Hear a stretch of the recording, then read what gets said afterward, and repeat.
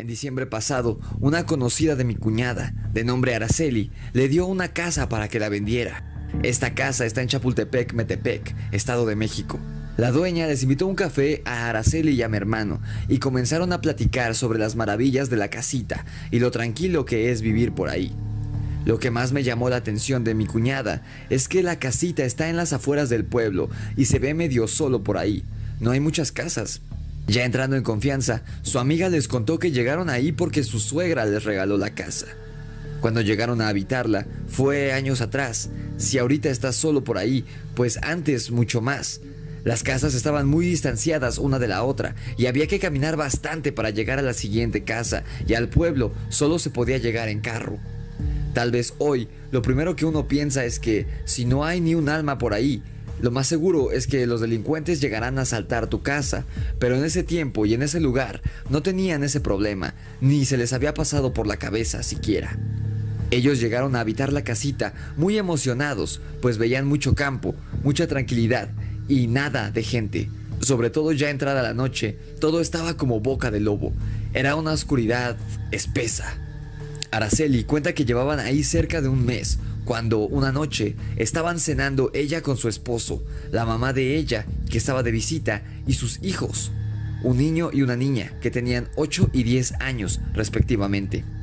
Ella calcula que eran cerca de las 8 de la noche, cuando de repente comenzaron a escuchar risitas lejanas como de niñas afuera de la casa. «Bájale a la televisión», le dijo al marido, «para poder escuchar mejor». Las risitas volvieron a escucharse, pero ahora más cerca y de un lado de uno de los ventanales que abarcaba de techo a piso. Se volvieron a escuchar más risas, risas de varias niñas, y esta vez alrededor de toda la casa. Ellos pensaron primero que alguien quería jugarles una broma, tal vez algún familiar que fuera de visita, pero no esperaban a nadie. El marido dijo, a lo mejor los hijos de los vecinos. ¿Pero cuáles vecinos? Si no tenían vecinos. ¿Y a estas horas?, preguntó la esposa. Entonces, esas risitas burlonas se convirtieron en carcajadas. Dice ella que eran las carcajadas más maliciosas y burlonas que había escuchado en toda su vida. Un frío espantoso la recorrió, porque esas carcajadas se oían por toda la casa. De repente, no sabían si estaban afuera o adentro, pero se escuchaban por todos lados. Aseguraron las puertas y cerraron las cortinas porque veían caras blancas que se asomaban con los ojos desorbitados y moviendo los globos oculares, muy rápido, como buscando algo. Ella abrazó a sus hijos, la abuelita los abrazó a ella y a los niños, y el esposo, muy espantado y enojado a la vez, tomó lo único que creyó que le podía servir, un bat de béisbol. «No, Luis, no salgas, eso no es normal, algo está pasando, pero no es normal», le respondió su esposa. La puerta de la entrada empezó a estremecerse como si alguien quisiera forzarla para entrar. De repente, el pobre hombre abrió la cortina para asomarse y con gran horror alcanzó a ver varios pies elevándose en el aire. Cuando cerró la cortina, empezaron a escuchar cómo golpeaban el techo, como si estuvieran golpeando con palos. Se oía que caminaban o que brincaban. La mamá de la muchacha les dijo, «Tenemos que orar, es lo que sabemos hacer». Entonces, siguiendo a la abuelita, se arrodillaron todos en medio de la sala, se tomaron de las manos y comenzaron a orar. Dijo esta pobre mujer que mientras oraban con mayor ahínco, las risas dejaron de ser risas. Ahora eran gritos desgarradores. Además, se escuchaba como si los vidrios de las ventanas de toda la casa se rompieran. De hecho, en algún momento pensaron que ya se les habían metido a la casa, pero cuando todo terminó, fueron a revisar y no había ni un solo vidrio roto. Cuando todo cesó, ya ni siquiera durmieron, solo se metieron todos a un mismo cuarto y esperaron a que amaneciera. Meses después de esta experiencia tan espantosa, los invitaron a una fiesta de cumpleaños de un compañerito de la escuela de su hijo, en el pueblo. Llegando a la casa del niño del cumpleaños, los condujeron a la sala. Algo atrajo la mirada de Araceli a la pared, al fondo de la sala. En esa pared había dos marcos grandes con fotografías en blanco y negro. Uno era el retrato de un anciano y el otro el de una anciana. Abajo de cada cuadro había un tronco de una forma caprichosa. Era un palo delgado y en la parte superior era un poco más ancho. Parecían como cetros.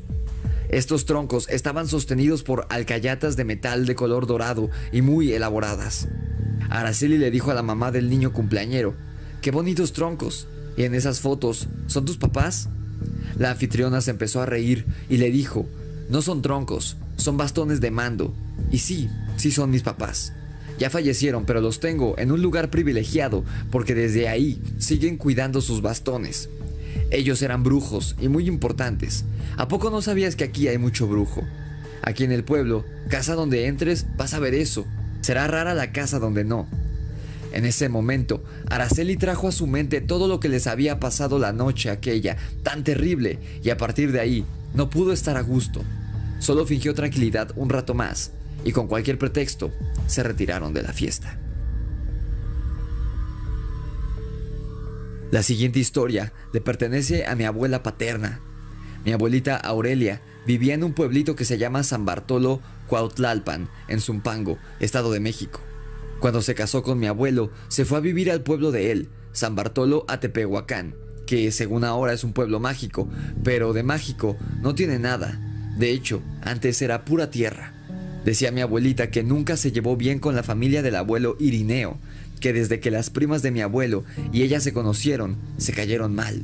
Ella trataba de tolerarlas, pero decía que había algo en ellas que no le gustaba. Decía que la veían con odio y que le hacían muchas groserías. Decía mi abuelita que esas mujeres hacían porquerías. ¿Cuáles porquerías?, preguntaban. Pues que tenían hierbas, animales muertos y figuras como de diablos en su casa. Por eso no le gustaba ir ahí, ni que ellas fueran donde mi abuelita vivía. Mi abuela era muy claridosa y siempre les decía: no se me acerquen, ya sé quiénes son ustedes, pero conmigo nunca van a poder. Mi abuela era buena persona, pero tenía carácter fuerte. Para ser mujer, era muy firme y decidida, muy bragada, como se dice coloquialmente. Todo lo contrario del abuelo, que era muy pasivo. Mi abuela contaba que en un principio se le murieron varios bebés, que le duraban unos días o semanas y se le morían pronto. Ella decía que la causa de las muertes no era por falta de higiene, de alimento o por descuidos o falta de atención médica. Según ella, sus bebés estaban bien, tan solo llegaban las primas del abuelo de visita y no dejaban de mirar a sus niños. Por eso nunca los dejaba solos con esas mujeres, pero ellas veían a los bebés con insistencia y cuando se iban, los niños empezaban a verse débiles y varios se le morían esa misma noche. Ella siempre decía: esas malditas brujas me mataron a mis bebés, y lo decía frente a ellas y ellas se reían. Mi abuelita contaba que cuando mi papá nació, ellas se presentaron en su casa en ausencia del abuelo e insistieron en conocer a mi papá. Mi abuelita les dijo que no las iba a dejar entrar y no les abrió la puerta. Esa misma noche la despertaron pasos en el tejado de su casita, después risas y le siguieron gritos. Se escuchaban golpes como si alguien quisiera entrar por el techo. Mi abuelita abrazó a su bebé y trató de despertar al abuelo, pero mi abuelo no despertaba. Ante su desesperación, mi abuelita se puso a pedirle a Dios que la protegiera de esas cosas que esperaban afuera.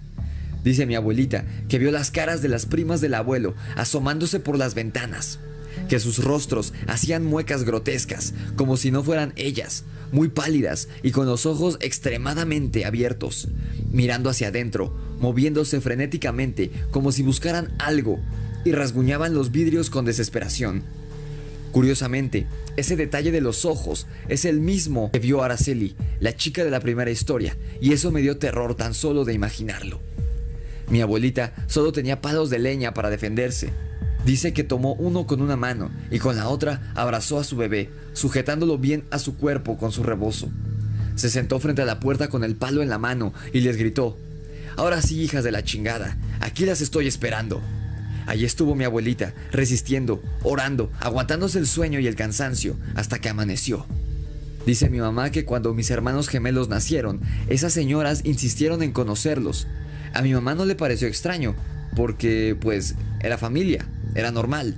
Pero la abuelita Aurelia siempre les negó la entrada. Nunca las dejó entrar a ver a sus nietos. Les decía: ¿qué quieren aquí? Lárguense. Y desde ese entonces, a mi abuelita Aurelia jamás se le volvió a morir un bebé, ni a ningún otro miembro de la familia. Mi mamá dice que cuando era niña viajaba mucho con mis abuelos y siempre lo hacían en tren. Me cuenta que en una ocasión viajaron a Veracruz y llevaban la persiana de la ventana abierta y ella iba mirando hacia la noche. De repente, vio un grupo de luces grandes a lo lejos que se movían de forma caprichosa y parecían ir a gran velocidad. Las vio bajar de las montañas y acercarse al tren. A medida que se acercaban al mismo, se hacían más grandes a la vista y entonces vio, literalmente, esferas de fuego muy grandes acercándose a la ventana. «Mira, papito, mira eso». Mi abuelo se puso muy serio y le dijo: «Son brujas, hija». Y así cerró rápido la persiana, la tomó de la mano y la llevó a dormir al camarote con mi bisabuela. Cuando mi mamá empezó a quedarse dormida junto a su abuelita, escuchó afuera del camarote a sus papás comentar: «Han de estar buscando niños». Eso pudo entenderlo cuando se hizo mayor y vivió la experiencia que les acabo de contar. En una ocasión, mi hermano fue a ver una casa para venta. Lo invitaron a tomar asiento en la sala. La casa estaba muy desordenada y sucia. Dice que sintió náuseas porque había un olor dulce en el aire como a loción corriente. Encima de la mesa tenían veladoras encendidas, estampas, hierbas y figuras raras. Estaba él platicando con la dueña de la casa cuando vio pasar en el fondo de la estancia, flotando, a un niño como de 4 años con una batita blanca. Mi hermano no tuvo tiempo de pensar porque salió corriendo de una de las recámaras una niña como de 12 años. La niña se dirigió a la señora y le dijo: «¡Ya se escapó! ¡Ya se escapó!». Entonces la señora se levantó de su asiento muy asustada. Le puso una loción apestosa a la niña en la nuca. Se puso ella también y le quiso poner a mi hermano. «¿Me permite, joven?». No se preocupe. Creo que están ocupadas. Mejor vengo con más calma en otro momento». Mi hermano se salió de ahí muy espantado y sin saber explicarse a sí mismo lo que acababa de vivir con esa misteriosa mujer y el niño que flotaba. El Goatman, hombre cabra en Veracruz, por Claudia Sánchez. Esta historia fue dejada por Claudia en los comentarios de uno de mis videos más recientes. Esto ocurrió en septiembre del año 2021, hace apenas un par de meses. No le ocurrió a ella, pero sí a su hermano, mientras éste cuidaba al padre de ambos en su casa, en el estado de Veracruz. Resulta que el padre de Claudia se había enfermado de COVID, y aunque afortunadamente salió ileso de este horrible virus, le quedaron algunas secuelas de la misma enfermedad, por lo que requería de cuidados permanentes, y fue su otro hijo, el hermano de Clau, mi suscriptora, el encargado de cuidar al señor. Este chico, a quien llamaremos Raúl para fines prácticos, debía ir por medicina para su padre. El problema era que el pueblo quedaba bastante lejos de la casa, pues el señor vive prácticamente en la sierra. Como Raúl fue a conseguir las medicinas a eso de las 4 de la tarde, cuando volvió a casa ya eran las 6:30 de la noche. Estaba oscuro, había neblina y casi comenzaba a llover, como ocurría cada noche a esa hora en esta región de Veracruz. En fin, cuando él llegó, se topó con que su padre se había quedado dormido con su tanque de oxígeno. Raúl, al ver esto, se sentó cerca de su padre, esperando a que despertara para darle el medicamento que acababa de traer del pueblo. Como no había nada que hacer mientras esperaba, el chico se colocó sus audífonos y se puso a escuchar música. Pasó un rato, no muy largo, y el chico vio de reojo, aún con la música sonando en sus auriculares a volumen alto, que su padre manoteaba y le hablaba. Al quitarse los audífonos, se dio cuenta de que el hombre le gritaba por su nombre, bastante molesto. Incluso lo comenzó a insultar con groserías por no poner atención ni escuchar nada por traer puestos los audífonos.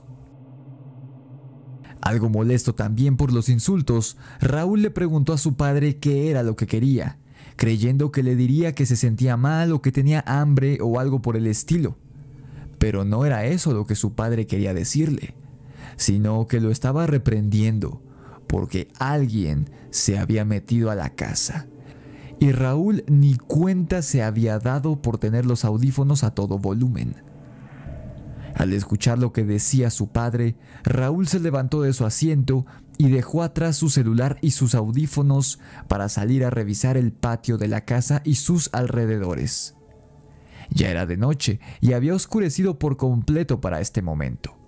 Por no mencionar que, como te dije antes, en esta zona veracruzana, cuando el sol se pone, una neblina terrorífica y densa se cierne sobre la tierra, y esta noche no fue la excepción. Entre la oscuridad y la neblina, Raúl no pudo ver nada, pero tampoco se escuchaba nada extraño en el patio, así que regresó a la casa. Estando ahí, volvió a sentarse, a colocarse los audífonos y a escuchar su música, pese a las quejas y regaños de su padre enfermo. Raúl simplemente decidió ignorarlo. No obstante, en uno de esos lapsos de silencio, cuando termina una canción y comienza otra, Raúl pudo escuchar, ahora sí, claramente, cómo alguien corría por el techo de la casa. El chico arrojó su celular y se quitó los audífonos de golpe, saliendo hacia la sala de la casa para salir a revisar el patio una vez más.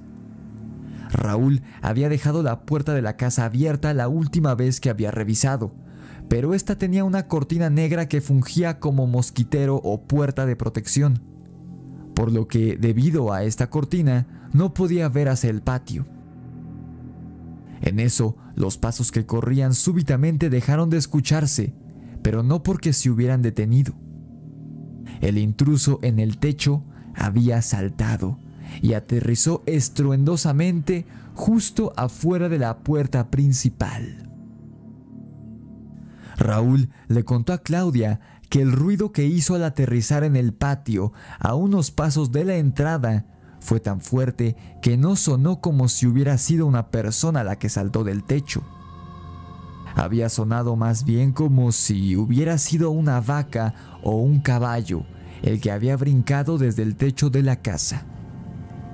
Como la cortina negra que cubría la entrada no le dejaba ver hacia el exterior, lo único que Raúl pudo hacer en su desconcierto fue agacharse a ver los pies de la persona que, hasta ese momento, él creía era un ladrón.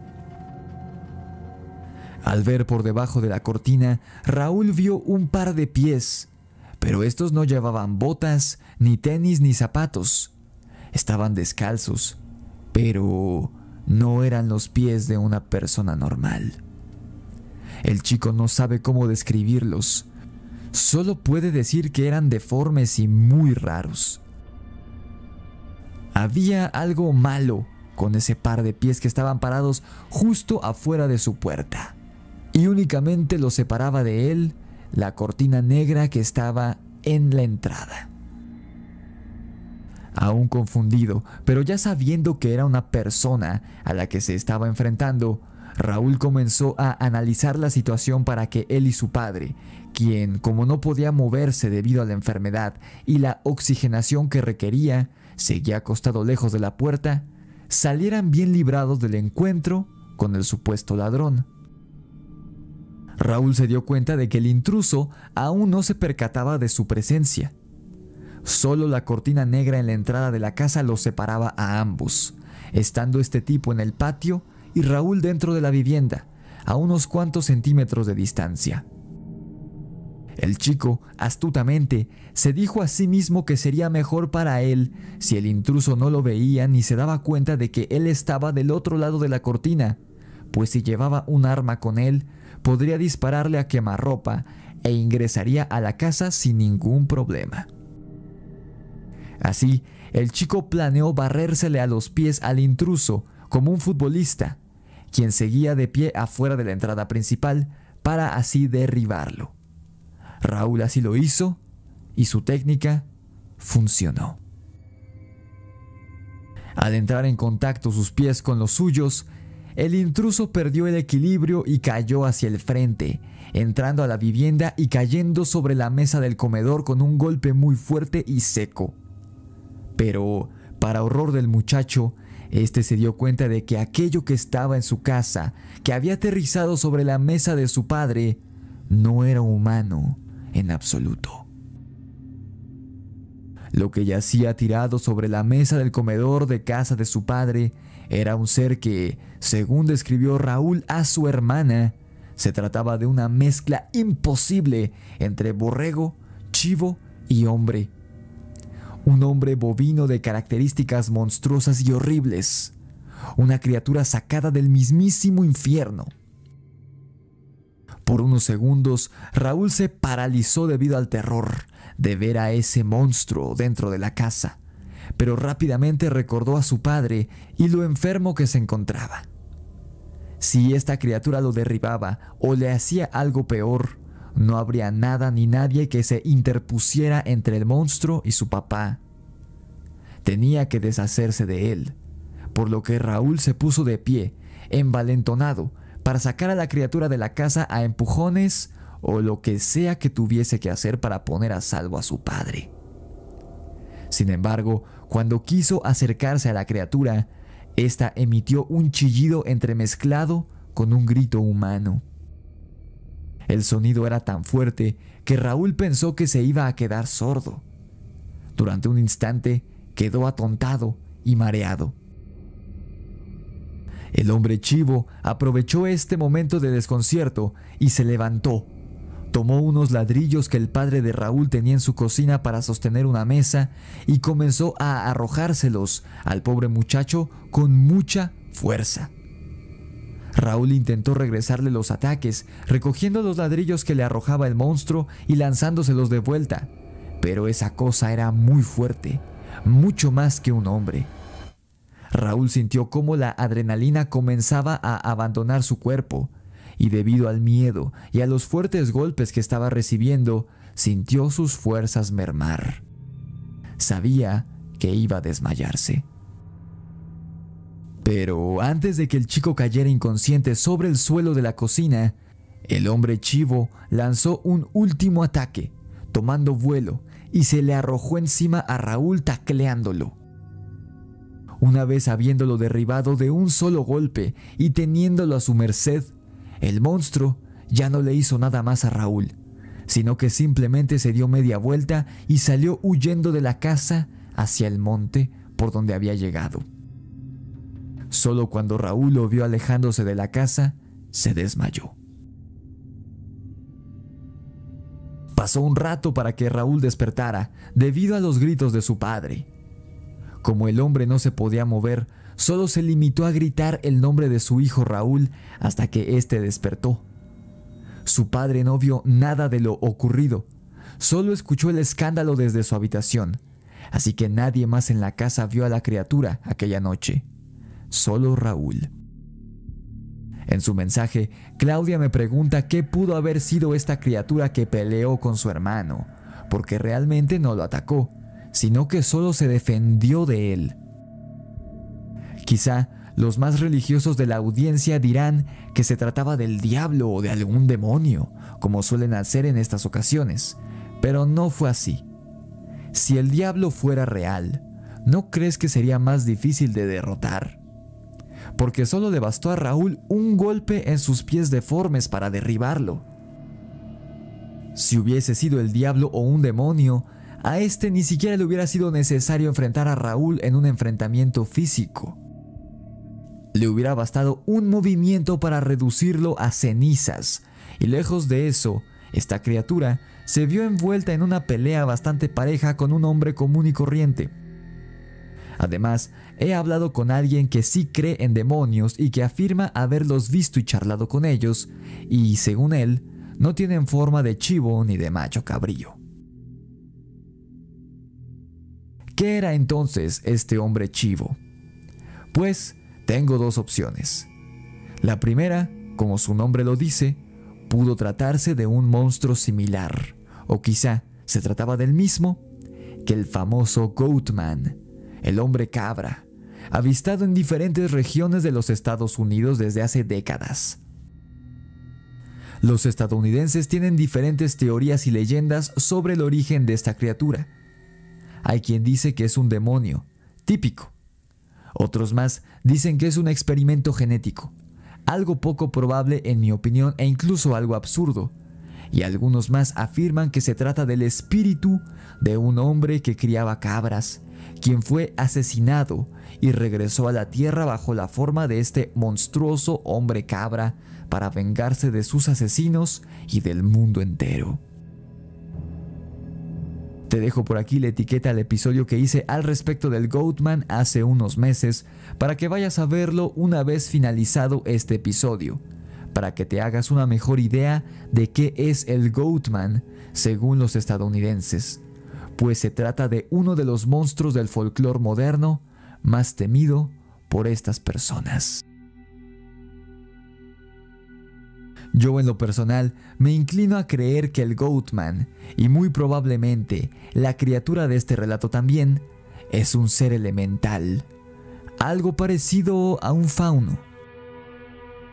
Como te he dicho muchas veces, los elementales no son solo duendes y hadas como muchos creen, sino que hay una infinidad de seres elementales, y quizá esta criatura, un híbrido horrible entre hombre y cabra, es una especie de guardián del bosque. Por lo que narra Claudia, no era una criatura malvada, pues de haber querido, sin ningún problema, pudo haber lastimado a Raúl y a su padre. Pero fue Raúl quien lo atacó, y este ser solamente se defendió para salir huyendo lejos de ahí. Quizá esta criatura habite en la sierra y estaba en busca de alimento o algo así, y su padre, al vivir tan cerca del monte, le quedó de paso a la criatura, pero ésta no tenía interés alguno en la casa ni en el hombre. Otra posibilidad es que se tratase de un brujo, el cual había adquirido esta forma monstruosa. En Yucatán se habla del huaychivo, un brujo capaz de convertirse en una cabra o un chivo monstruoso para rondar por las calles en la noche. No he escuchado de una leyenda similar en Veracruz, pero este estado es bien sabido por todos que es tierra de brujos. Así que quizá eso que peleó con Raúl aquella noche de noviembre de 2021 era un brujo que rondaba en la zona cercana de la casa de su padre. Antes de continuar, quisiera pedirte que le des like a este video y te suscribas a mi canal si te está gustando mi trabajo. Si deseas comprar mi libro Demonios de Luna Llena en Amazon, el link para que lo adquieras está abajo en la descripción del video. No olvides seguirme en TikTok, Instagram, Facebook y Spotify para que estemos en contacto todos los días de la semana. Ahora, regresemos al episodio que tenemos mucho terreno por cubrir todavía.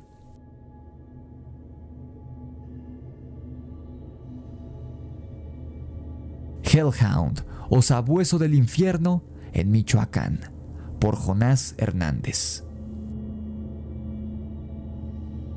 Este suscriptor me escribe desde Sinapecuaro, Michoacán, a tan solo 1 hora de Morelia, la ciudad capital de este estado.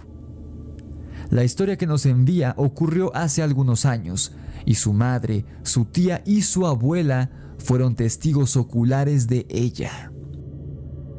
Según narra Jonás, uno de los vecinos de la familia de su madre, cuando ésta era una adolescente, era un hombre muy malo, avaro, jugador, mujeriego, golpeador y grosero, incluso hasta un punto que rayaba en lo criminal. Cuenta Jonás que su madre le platicó que este hombre solía viajar siempre a caballo, y este caballo de su propiedad era enorme y de color negro. El animal parecía ser tan hostil y agresivo como su jinete, pues si el hombre y él iban por ahí y se topaban con una persona que fuera a pie, el caballo se le aventaba a la persona y el hombre no hacía nada para detener al gigantesco animal, cuya patada o el simple impacto con su cuerpo podía ser mortal, debido al enorme peso de la bestia. El hombre, al ser un vicioso y un vago de lo peor, se salía de su casa montado a caballo todas las tardes y regresaba ya entrada la noche, cuando había terminado la juerga. No obstante, una noche en específico, el caballo volvió sin su jinete. El muy tonto se había caído del animal, quizá por la borrachera o quizá por un simple error de cálculo. El hombre quedó muy lastimado debido a esta caída y tuvo que quedarse en cama. Sabrá en qué lugar se haya pegado o si haya ocurrido algo más que solo una caída, pero con el pasar de los meses, el hombre, lejos de mejorar, solo empeoró. Y al cabo de unos 3 meses del accidente, el pobre tipo ya estaba en su lecho de muerte. Algo que, depende de qué lado de la historia lo veas, podría ser tétrico o enternecedor. Momentos antes de que el hombre muriera en su cama, el caballo se puso a relinchar y a patalear como loco, como si supiera que algo venía por su dueño moribundo.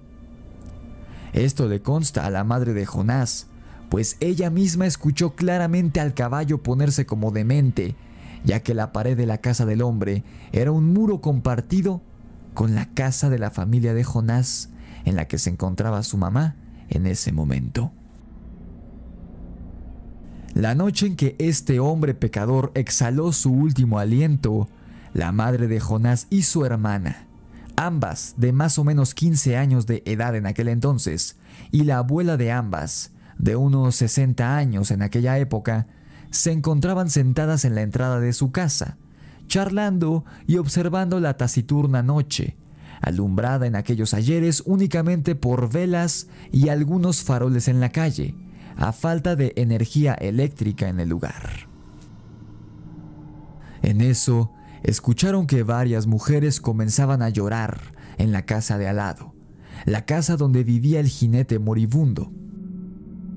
De esa forma fue como supieron que el hombre acababa de fallecer. En ese instante, lo extraño y lo que denominamos como sobrenatural comenzó. Las 3 mujeres sintieron una ventisca muy fuerte proveniente de uno de los extremos de la calle, y por instinto, las 3 voltearon a ver hacia la dirección de la que venía dicho aire, y fue entonces cuando lo vieron.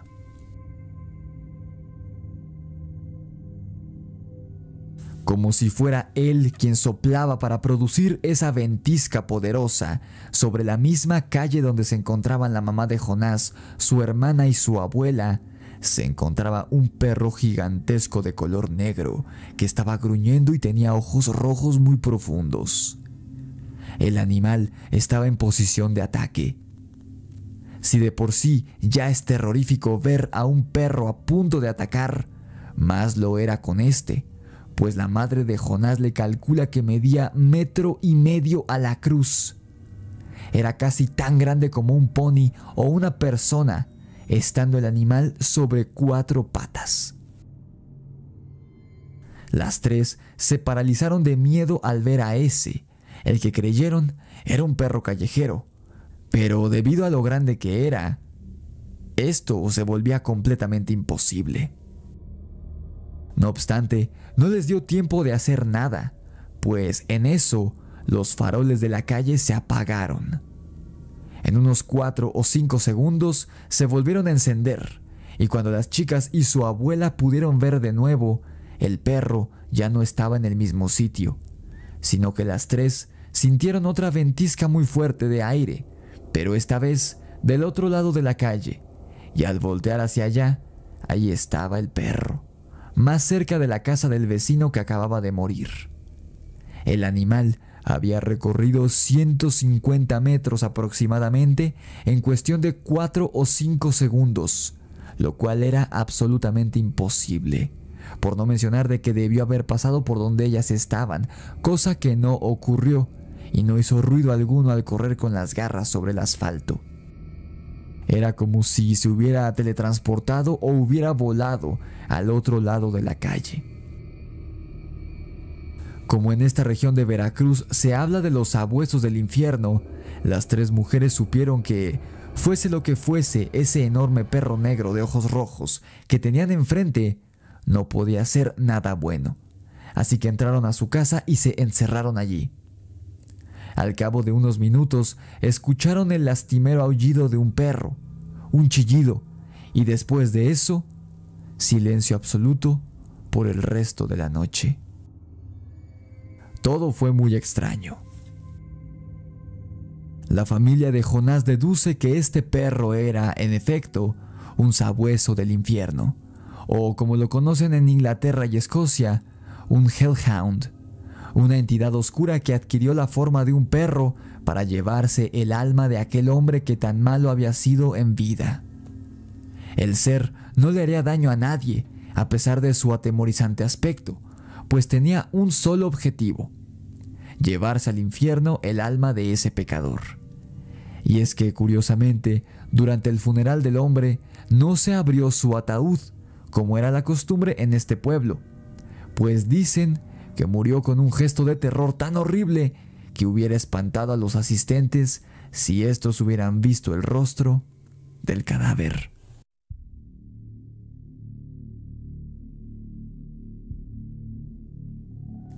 The Rake en Ciudad de México, enviado por Lugot. Esta experiencia es, de hecho, un conjunto de experiencias recopiladas por este suscriptor a lo largo de los años y en diferentes ocasiones. Es decir, que los encuentros con esta criatura no fueron aislados ni al azar, sino que al parecer, esta cosa eligió a Lugot y al parecer a su hermano pequeño para acecharlos. La primera vez que Lugot vio a esta criatura de aspecto humanoide fue una noche en compañía de su madre, cuando él tenía apenas 4 años de edad. Lugot despertó al sentir una presencia en la habitación. Como su madre y él dormían en la misma cama en aquellos años, ella también se despertó, y ambos comenzaron a llorar de miedo y de desesperación al ver la silueta de lo que parecía ser un hombre a los pies de la cama. El problema es que en esa casa no vivía ningún hombre. Solo eran Lugot, su hermano pequeño y su madre.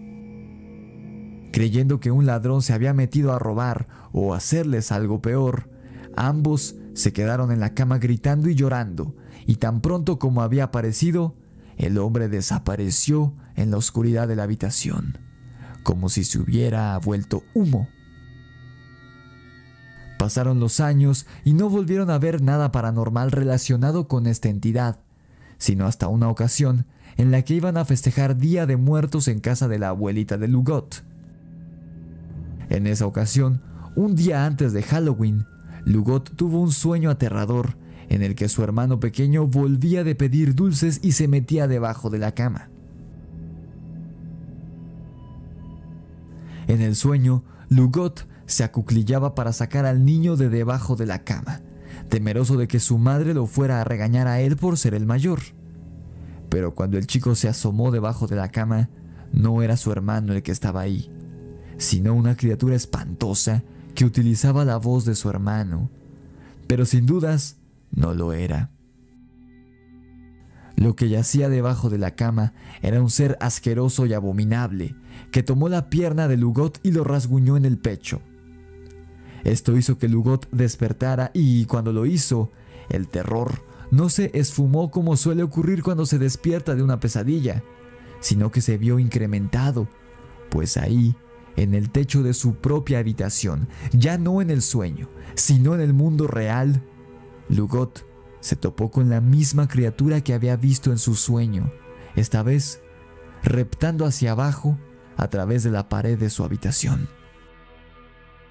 La criatura comenzó a descender por el muro hasta que, como había hecho años antes, se fusionó con las sombras y la oscuridad y desapareció. Al día siguiente de que Lugot despertó, su hermanito le dijo que había tenido una pesadilla con un monstruo la noche anterior, a lo que él le respondió que le había ocurrido lo mismo a él.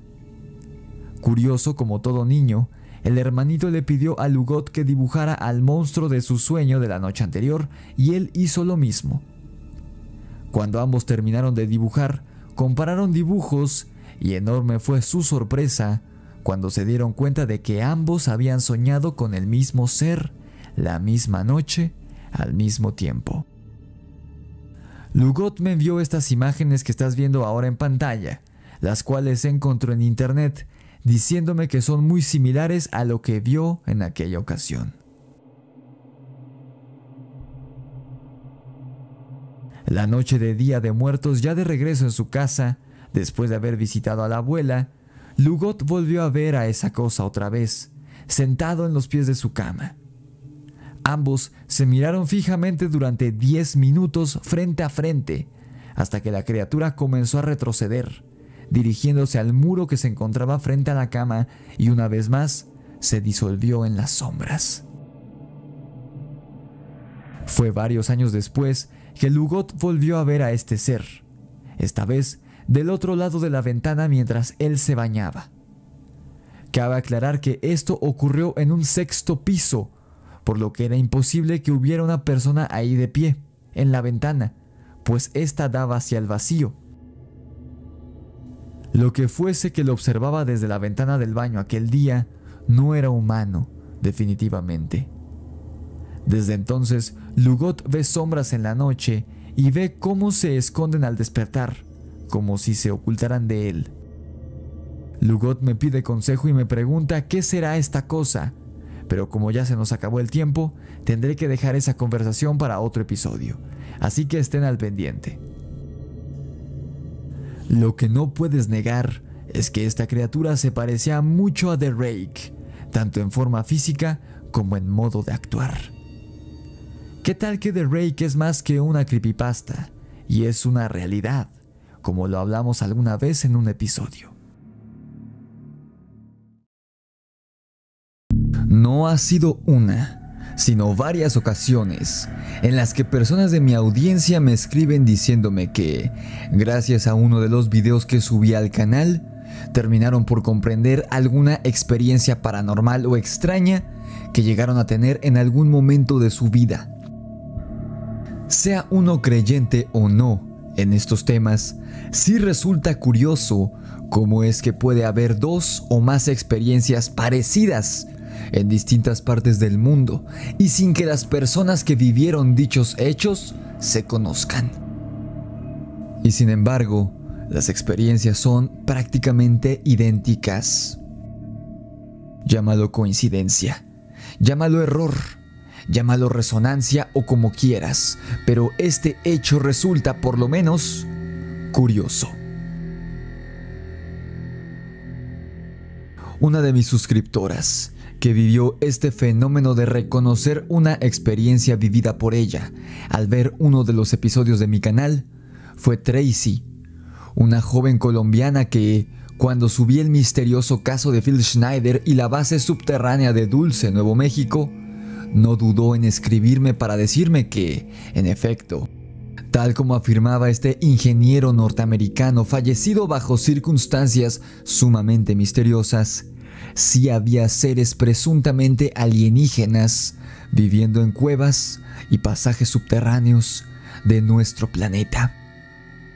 A ella le constaba. Tracy afirmó, pues ella misma había visto con sus propios ojos a 2 de estos seres emerger de la oscuridad de una de estas cuevas en su natal Colombia.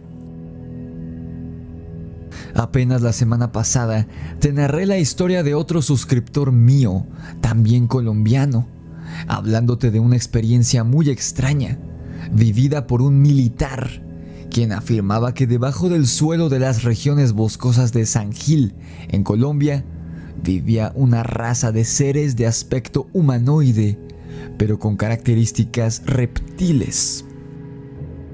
Seres que contaban con habilidades sobrenaturales, como comunicarse por medio de telepatía, así como transformarse en orbes de luz para moverse, entre otras cosas que los seres humanos no podemos hacer. Según le dijo uno de estos seres reptilianos al ex militar que narró su experiencia, estas criaturas habitaban en esta localidad colombiana mucho antes que los seres humanos.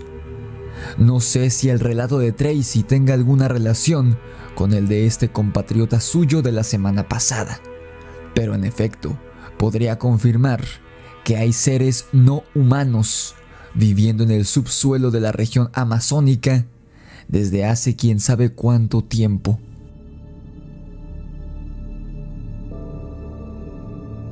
Esta historia como muchas de índole paranormal, no comienza bajo esa premisa. Corría el mes de junio del año 2019. Faltaban unos meses para que en todo el mundo se declarara estado de emergencia por el COVID-19, pero los seres humanos aún ignorábamos esto. Tracy nos cuenta que vive en la ciudad de Cali, pero suele ir con regularidad a la región de Buenaventura, un sitio costero cercano al mar, en donde las personas pueden disfrutar del calor y refrescarse. Tracy nos cuenta que ella se traslada en autobús cada que realiza este viaje, el cual suele tener una duración de 3 horas aproximadamente. Aquella calurosa tarde de junio, Tracy ya se encontraba viajando de regreso a Cali, después de haber pasado un relajado y refrescante día en Buenaventura. Eran cerca de las 6 de la tarde y el autobús en el que viajaba nuestra amiga se encontraba atascado en el tráfico de la carretera, muy cerca de un pueblito llamado Dagua, el cual se encuentra a medio camino entre Cali y Buenaventura. Había visitado Dagua en varias ocasiones en el pasado y lo conoce bastante bien. Recuerda este pueblito de Dagua, pues más adelante en el relato cobrará importancia para intentar comprender el enigma que corroe a esta tenebrosa experiencia. En fin, a los pasajeros no les quedaba más que esperar a que el tránsito vehicular fluyera por el puente por el cual atravesaban. A pesar de que eran ya las 6 de la tarde, debido al horario de verano, el sol aún resplandecía en lo alto del cielo caleño y bañaba con sus rayos dorados los kilómetros y kilómetros cuadrados que rodeaban la carretera y el puente por el que Tracy estaba pasando. Kilómetros que estaban tapizados por completo por montañas, verde vegetación y cuevas. Tracy nos cuenta que estas montañas en el territorio entre Cali y Buenaventura están llenas de cuevas. Agujeros que conectan la superficie con las entrañas de la tierra y de las colosales montañas que vigilan el panorama, como primigenios centinelas de la tierra amazónica. Los demás pasajeros iban hipnotizados en las pantallas de sus celulares y dispositivos móviles, con los audífonos puestos, mientras navegaban en internet, viendo TikTok, Facebook, Twitter y YouTube. Por fortuna para nosotros, siempre habrá personas más despiertas y atentas de su entorno, como Tracy, y gracias a ella es que te estoy contando esta historia hoy. La chica, aburrida, decidió abrir la cortina que cubría la ventanilla del autobús y asomarse para contemplar el paisaje crepuscular, previo a la puesta del sol. Mientras la muchacha recorría las montañas, cerros y montículos con la mirada, notó algo que llamó su atención de inmediato y puso cada uno de sus 5 sentidos en alerta. Sus ojos se fijaron en un punto específico del paisaje y Tracy escudriñó con atención dicho punto, intentando convencerse de que estaba viendo mal, de que se trataba de algún efecto óptico o un error.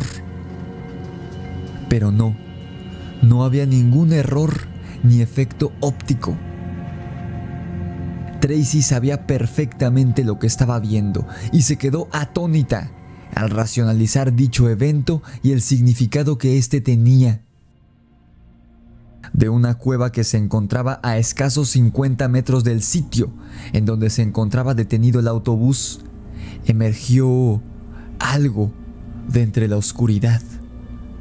Algo que en un inicio nuestra amiga colombiana creyó era una persona, pues su constitución física y anatómica coincidía con la de un hombre. La figura caminaba en 2 piernas, con la espalda recta, por lo que no era un animal. Tenía además una cabeza, un cuello definido, 2 piernas y 2 brazos. Sin embargo, cuando Tracy comenzó a analizar tanto a la figura que observaba como a ciertos elementos lógicos, la idea que tenía en un inicio de que era un animal fue desmoronándose poco a poco. Era imposible que aquello fuera una persona, pues para empezar, ¿para qué habría ido hasta ese lugar alejado de todo, si no había nada que a un ser humano pudiera interesarle en ese risco empinado, coronado por la cueva de la que había salido la figura? No había agua, ni animales, ni absolutamente nada. Además, en caso de que lo hubiera habido, Tracy analizó el terreno circundante a dicha cueva y se percató de que no había manera alguna en la que un ser humano llegara hasta el sitio en donde estaba la cueva de la que había emergido el ser. El terreno era demasiado empinado, por no mencionar que no había un camino o sendero, ni natural ni artificial, por el cual un ser humano pudiera transitar hasta llegar al sitio. Además, recuerda que el autobús en el que viajaba Tracy se encontraba atravesando un puente vehicular y la cueva se encontraba a la misma altura que este puente. Así que imagina la altura a la que se encontraba. Tras determinar que no podía ser ningún ser humano el que estaba viendo la chica, esta intentó ajustar su vista, pues quizás se trataba de algún animal extraño, un animal muy alto, delgado y que caminaba en dos patas. Entonces el ser terminó de emerger de la cueva y cuando los rayos del sol lo iluminaron por completo, la confusión dio paso al terror y este devoró por completo a Tracy, quien asimiló la idea de lo que veía en unos cuantos segundos. Aquello que había salido de la cueva no era humano, pues medía bastante más de 2 metros de estatura. Además, iba desnudo, con su piel gris pálida al descubierto. No tenía cabello, ni cejas ni barba, y sus enormes ojos alargados y ovoides eran completamente negros. Y esto no era todo, pues ya viéndolo mejor, la anatomía de la criatura no coincidía al 100% con la de un ser humano. No solo por la estatura, sino también porque sus brazos eran aberrante y anormalmente largos, llegando estos por debajo de las rodillas de la criatura. Cuando el ser estuvo fuera de la cueva, alzó la vista hacia el cielo crepuscular, pero cubriéndose los ojos con una de sus alargadas y huesudas manos, e hizo un gesto de asco. Era evidente que el calor y la luz del sol le resultaban molestos a la criatura.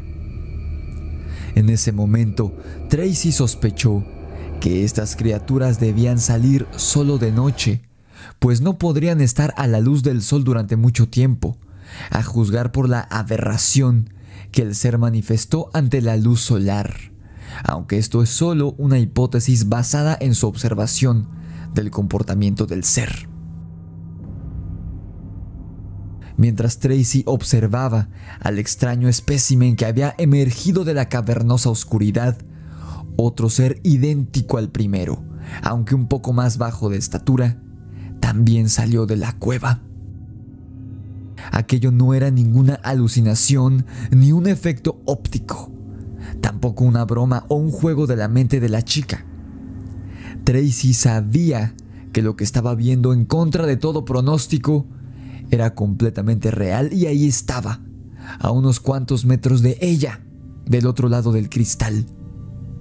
La prueba de que sí existe la vida en otros planetas, o al menos vida inteligente, que si bien luce similar a nosotros, no es de origen humano en lo absoluto. La reacción de la asustada chica al ver al segundo ser fue correr la cortina de vuelta sobre la ventana del autobús y colocó sus manos sobre ella, como si de esta manera la visión que estaba atestiguando fuera a desaparecer, como cuando un niño cree que hay un monstruo en la oscuridad de su habitación, un monstruo gigantesco con garras y colmillos, y aún así el niño se cubre hasta la cabeza con la cobija, como si esto fuera a protegerlo de la fuerza colosal que está ahí en su habitación, dispuesto a acabar con él. Tracy se convirtió en esos momentos en una niña pequeña, aterrada por un miedo primigenio que ha desvelado al hombre desde que nuestra especie es joven.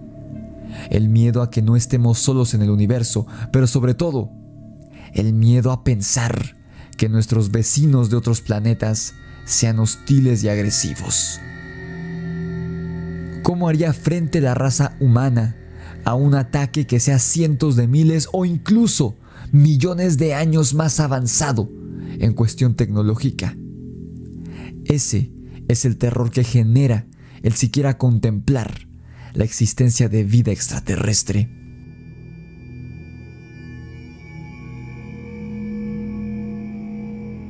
Antes de continuar, quisiera pedirte que le des like al video y te suscribas a mi canal si te está gustando la historia. No olvides seguirme en mis redes sociales, TikTok, Instagram, Facebook y Spotify. Si tú, como Tracy, quieres compartir tu experiencia en el canal, envíala a mi correo necronomiconrelatos@gmail.com. Si deseas adquirir mi libro Demonios de Luna Llena en Amazon, el link para que lo hagas está en la descripción del video. Ahora, sigamos con la historia de Tracy. Mientras esta oleada de pensamientos azotaba la mente de Tracy, la chica se tranquilizó un poco y retiró la cortina ligeramente, solo para asomarse de nuevo por la ventana y ver si ahí seguían esas cosas, afuera de la caverna. Quizás solo los había imaginado. Quizá. Pero no. Ahí seguían las dos criaturas, y para hacer más grande el terror de la chica, ambos la estaban mirando fijamente desde donde se encontraban, a través del cristal de la ventana del autobús a la distancia.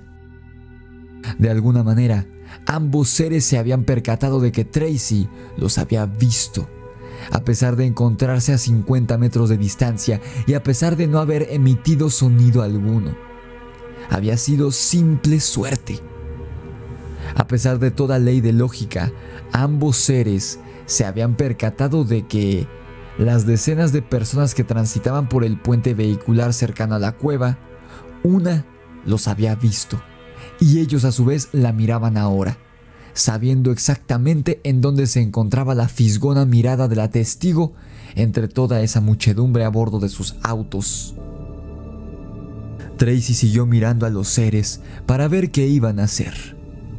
Entonces, el más alto de los dos levantó una de sus manos, pero no se dirigía a Tracy con este gesto, sino a su acompañante.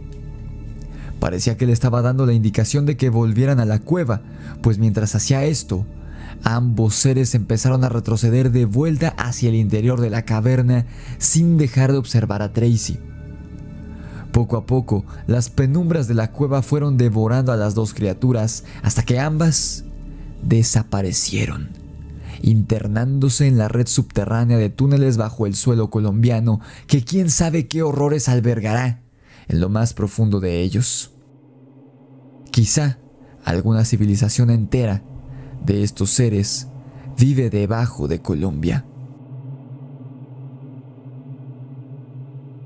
El encuentro con estas cosas duró apenas unos segundos, y como el resto de los pasajeros del autobús iban embobados en sus celulares, nadie más vio lo mismo que había visto Tracy, aunque la chica no sabe si alguno de los conductores de otros vehículos que transitaban por esa carretera ese día los hayan visto también, pero en lo personal yo lo dudo.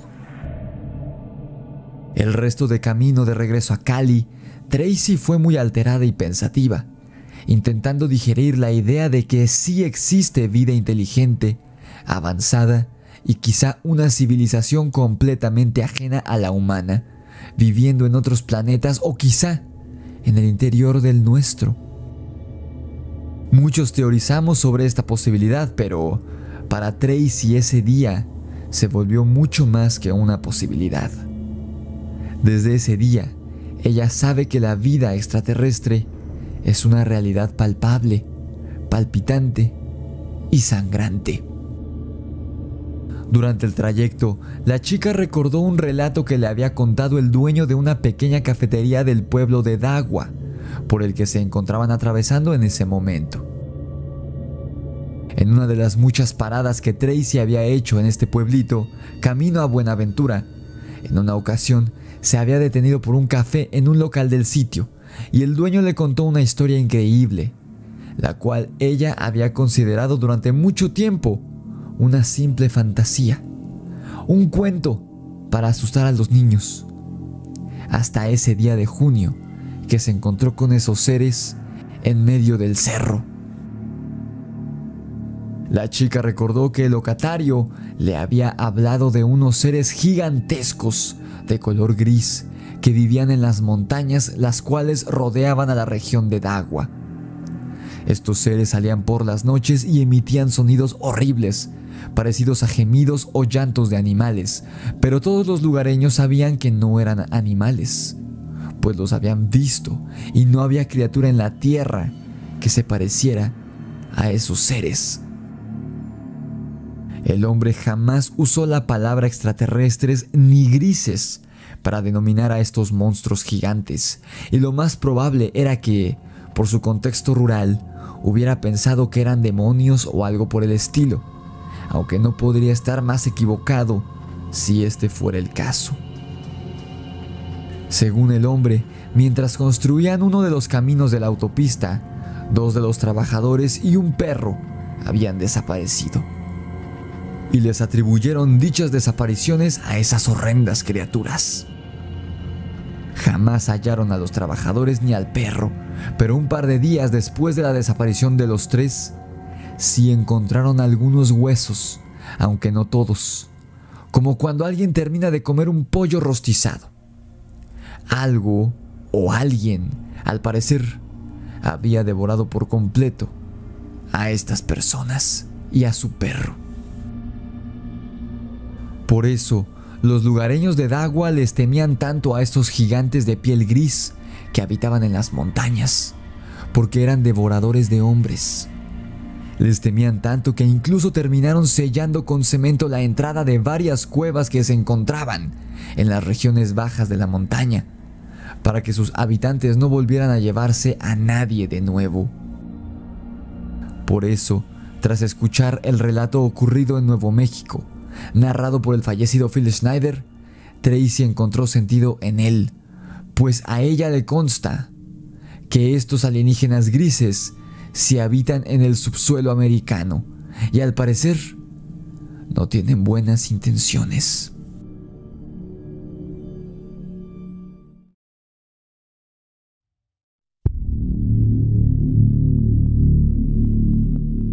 Muchos de los miembros de mi audiencia mostraron interés en que hablara sobre las razas extraterrestres que los ufólogos modernos teorizan han visitado nuestro planeta en nuestra era.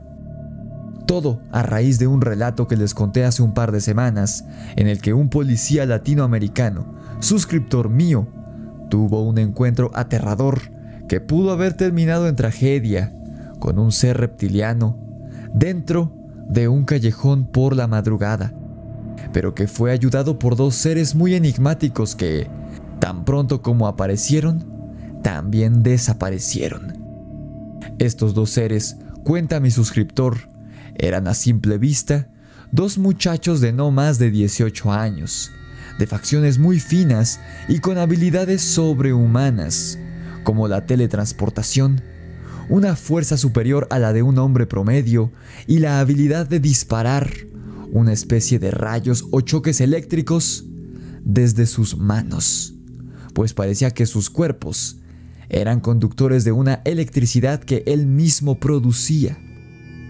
Estos seres que ayudaron al policía hace apenas 3 años, en 2019, corresponden vagamente con la representación tradicional de los ángeles y arcángeles en la religión católica.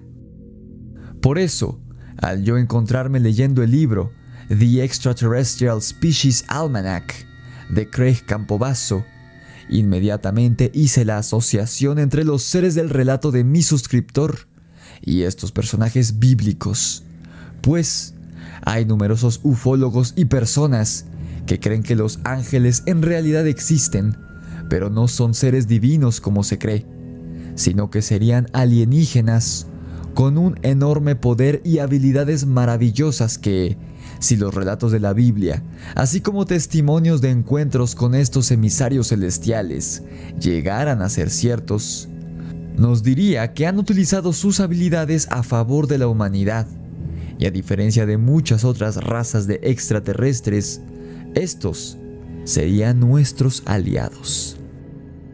De hecho, te guste o no, si los ángeles fueran reales, estos serían extraterrestres por definición, ya que tendrían su origen más allá del planeta Tierra, más allá del vano y simple espacio físico que ocupamos los seres vivientes.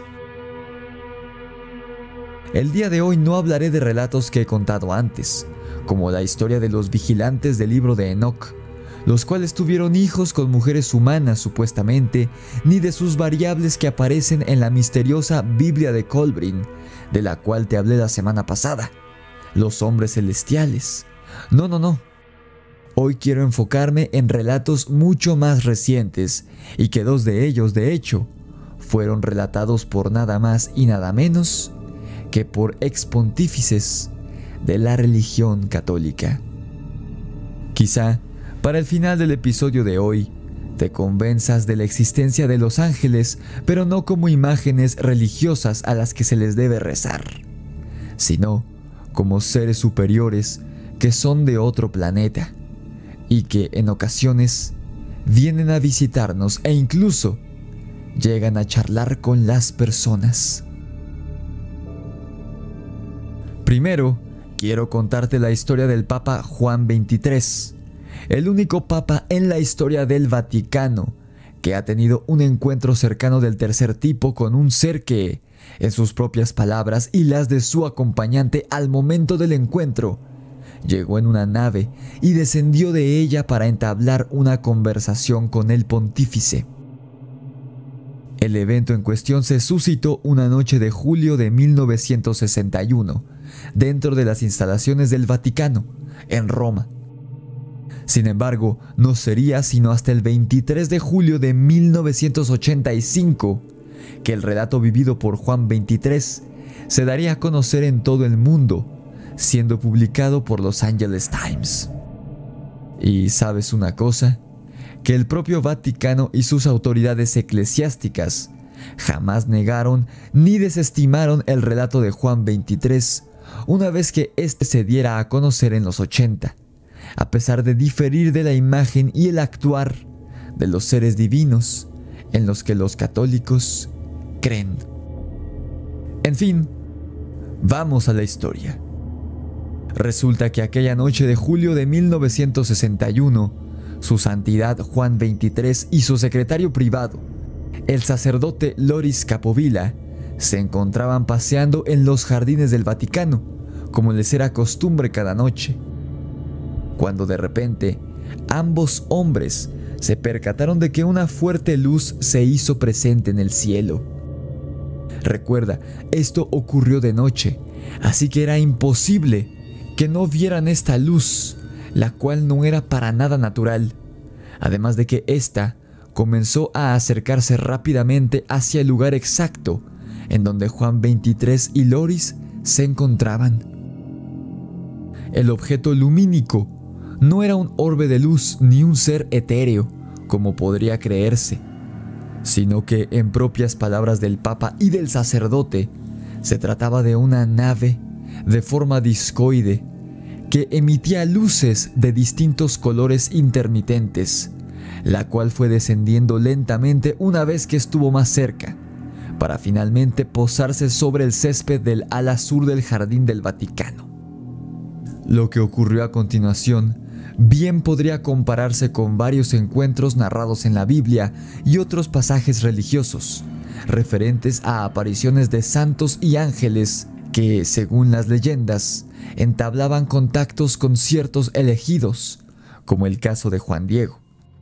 Sin embargo, había algunas leves variaciones en el relato de Juan XXIII, si lo comparamos con estos textos antiguos. Como te dije antes, el objeto que yacía frente al Papa no era un ángel típico, con alas, toga blanca y una aureola sobre su cabeza, sino que era un ovni, un platillo volador tal cual. Y lo que seguro hará que muchos levanten una ceja es que, según el Papa y su testigo, de dicha nave descendió un ser muy alto, de más de 2 metros de altura, cuya apariencia era muy parecida a la de un ser humano, a excepción de que sus orejas eran demasiado largas, mucho más que las de los hombres, y de que el ser parecía estar rodeado por una luz dorada que irradiaba desde su propio cuerpo. Algo parecido a lo que contó nuestro amigo el policía. La reacción natural de su santidad y de Loris al ver que aquella criatura no era terrestre fue bastante curiosa. Y es que lo que ambos hicieron al verlo fue arrodillarse ante él, como si al instante los dos religiosos hubieran asociado con algo divino o superior a ellos, de alguna manera, a esta entidad. Loris explicaría más tarde, cuando el relato se dio a conocer, que ambos parecieron concluir al mismo tiempo que debió haberse tratado de un, y cito, acontecimiento celestial, en sus propias palabras, por lo que ambos permanecieron arrodillados y empezaron a rezar durante unos segundos. Cuando el Papa y Loris alzaron la cabeza, el ser luminoso seguía ahí de pie, observándolos. No era ninguna alucinación ni una visión, pues ambos estaban viendo lo mismo. Entonces el Papa se puso de pie y caminó hacia el ser, y se alejaron unos metros de donde se encontraban originalmente. Loris Capovilla permaneció en el sitio en donde estaba, pues no fue requerido por el Papa ni por el ser. Por eso se quedó ahí, junto al vehículo discoide. El sacerdote cuenta que el pontífice y el ser estuvieron charlando durante unos 20 minutos más o menos, y aunque él no podía escuchar de qué estaban hablando desde donde estaba, podía ver a ambos gesticular.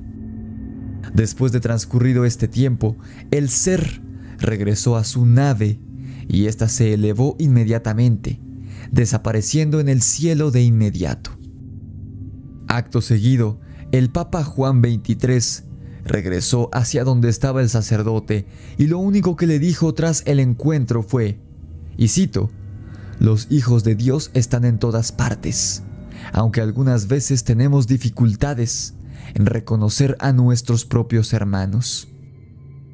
Después de eso, los dos continuaron con su paseo por los jardines como si nada hubiera pasado, y no volvieron a hablar de este suceso en 24 años. O al menos, Capovilla fue quien lo hizo, ya siendo un anciano y el Papa habiendo fallecido en 1963, solamente 2 años después de este encuentro. Uno creería que, por ser religiosos, estos dos personajes no creerían en la existencia de vida extraterrestre, pero de hecho, tras este encuentro de Juan XXIII, la Iglesia Católica profundizó sus investigaciones en torno a la vida extraterrestre y la posible conexión que existe, más que evidentemente, entre los numerosos relatos de encuentros con seres superiores en varias religiones del mundo, no solo el cristianismo y el catolicismo. Loris Capovilla narraría a Los Angeles Times que el Papa Juan XXIII comenzó a dar paseos en los jardines del Vaticano, posteriores a su encuentro cercano, pero ahora insistía en hacerlo solo, ya no en compañía de Loris. Capovilla no puede afirmar que el pontífice haya vuelto a entablar conversación con el mismo ser o con otros similares en años posteriores, pero jamás lo vio hacerlo de nuevo, aunque está seguro de que así fue, pues él mismo volvió a ver en el cielo romano en numerosas ocasiones luces que se movían muy similares a las que tenía la nave de la que descendió la criatura que habló con el Papa, a ese ángel que provenía de otro sitio en el universo.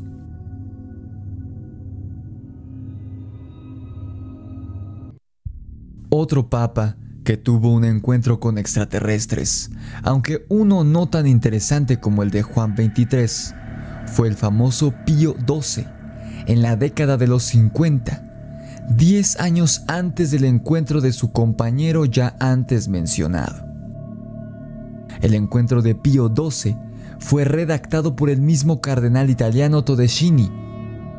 Resulta que el día 30 de octubre de 1950, alrededor de las 4 de la tarde, Pío XII se encontraba dando su paseo habitual en los jardines del Vaticano, mismo escenario del encuentro de Juan XXIII, cuando de repente vio en el cielo un fenómeno que jamás había visto antes y que no volvería a ver otra vez en su vida, el cual el pontífice asoció con un evento milagroso.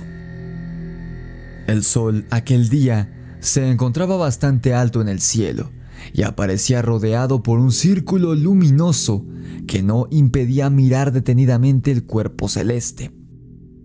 Este objeto estaba moviéndose alrededor del sol, en trayectorias circulares y rotativas, desplazándose de izquierda a derecha y viceversa.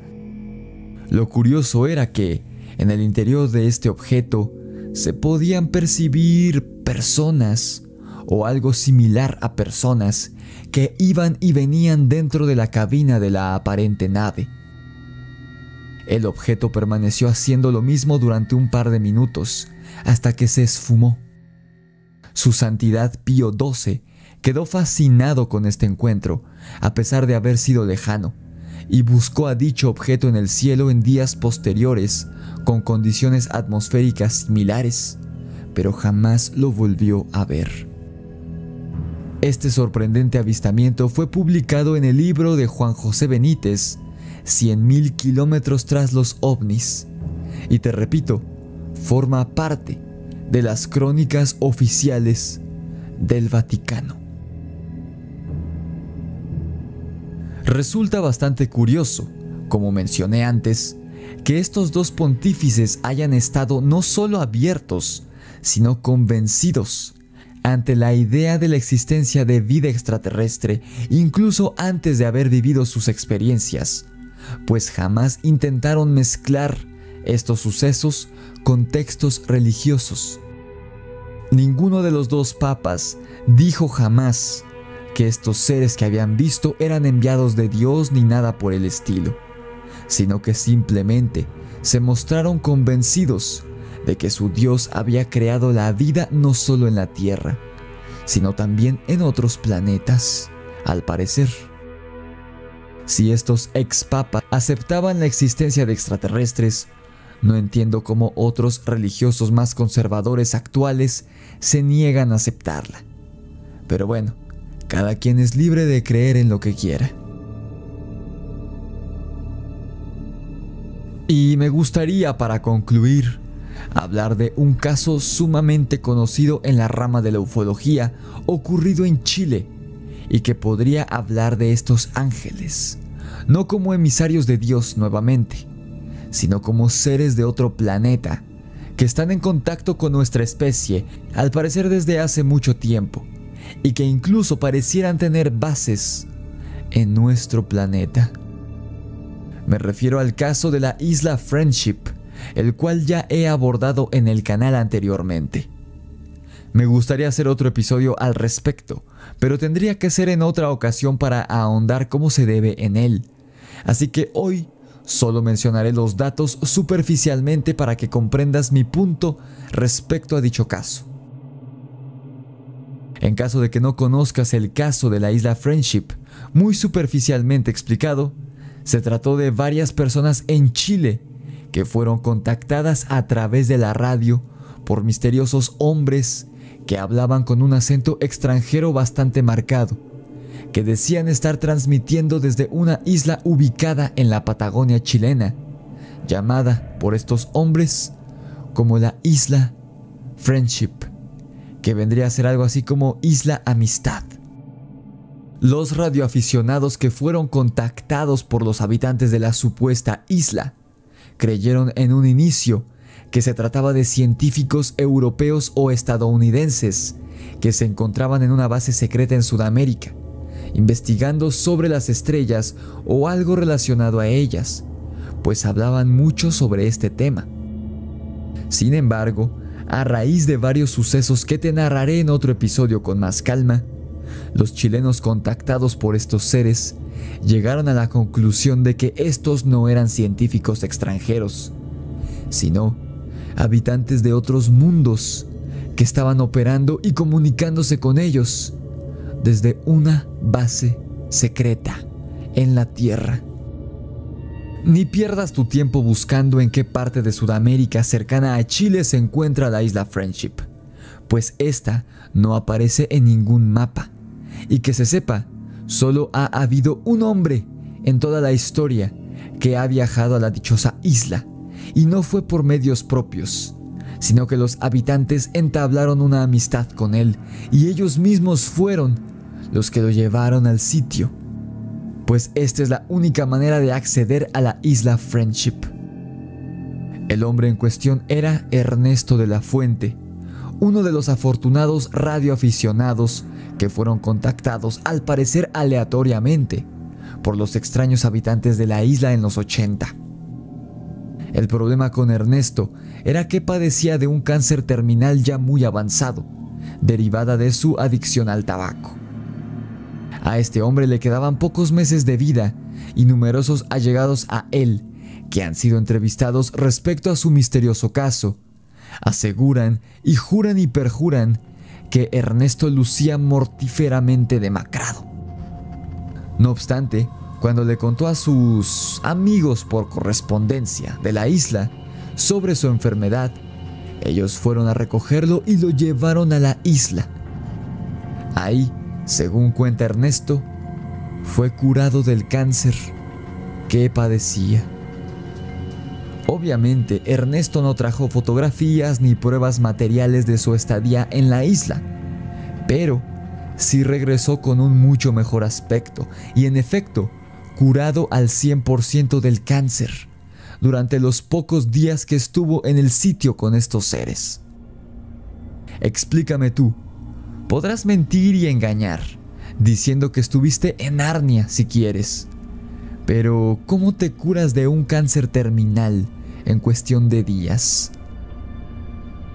Ernesto de la Fuente es considerado por el resto de contactados en 1985, que posteriormente forjarían una especie de amistad entre ellos, como el más afortunado de todos, pues él no solo vio a los seres que los contactaron cara a cara, sino que convivió con ellos en la isla, y pasó de estar desahuciado y tener solo meses de vida a tener una vida plena y sana de muchos años más, muriendo apenas en el año 2019.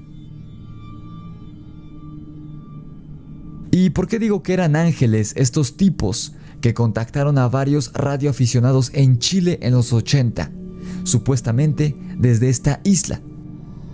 Pues porque estos se presentaron bajo los nombres de Miguel, Gabriel, Rafael, Ariel y muchos otros similares, a pesar de sonar como extranjeros que no debían llamarse así.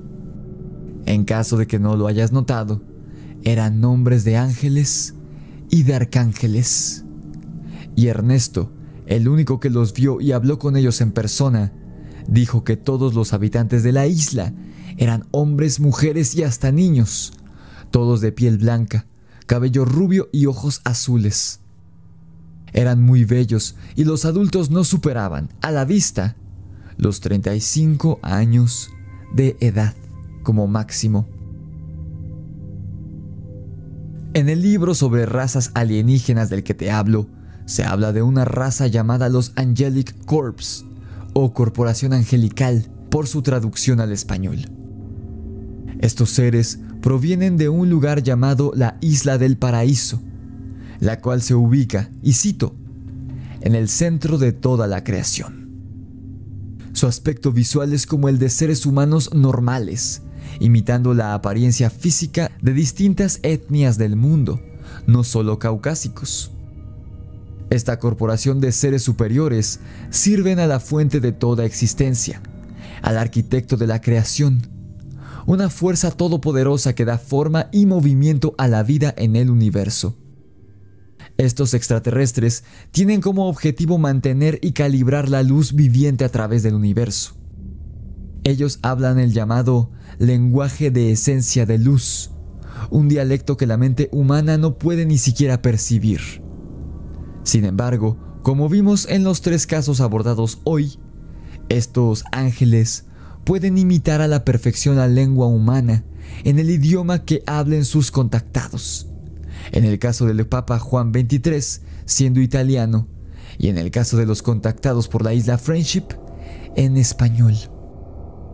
Los Angelic Corps pueden materializar cualquier objeto y teletransportarse a cualquier lugar que deseen, curar tan solo con el pensamiento e incluso traer de la muerte a las personas con solo tocarlas.